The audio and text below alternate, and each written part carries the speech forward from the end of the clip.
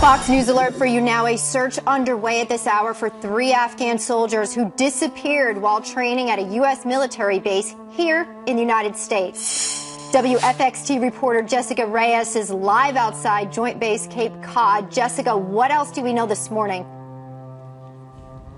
Hi, good morning. Well, the search for those 3 is on in full force this morning. We know that they have been missing since Saturday, but right now officials with the Massachusetts National Guard are sort of downplaying this, saying at this point there is no indication that these 3 pose any threat to the public. But we do know that all 3 of them are members of the Afghan National Army, and we're told that 1 of them is a major and 2 of them are captains. We know that they got here on September 11th.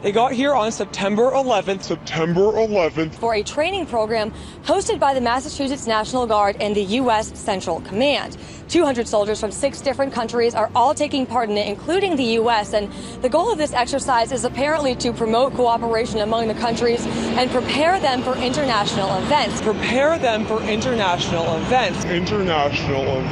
Now, the Director of Public Affairs for Joint Base Cape Cod, he tells us that the visiting soldiers, they're not required to stay on base, and he says that these 3 were last seen at the Cape Cod Mall in Hyannis, Massachusetts. Now, as of this morning, still no word on where they may be or what may have happened to them, but here's international law enforcement and security consultant Dan Linsky, formerly of the Boston Police Department, with his take on this situation.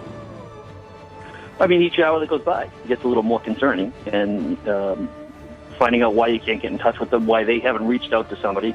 As time goes on, it gets more concerning. The other thing is, were they victims of some type of violent act? So hopefully they're extended their weekend, and at some point they're going to show up at their base tonight or be found by folks. So as you just heard, concern growing with every hour that these 3 are missing. But as I mentioned, officials with the base are saying that at this point there's no indication that these 3 pose any threat to the public. Even so, the search is on in full force this morning, and it includes law enforcement agencies at the local, state, and federal level, including the FBI. That's the latest. Live from Sandwich, Massachusetts, I'm Jessica Reyes. Back to you guys. All right, Jessica, thank you very much. Live report from Cape Cod.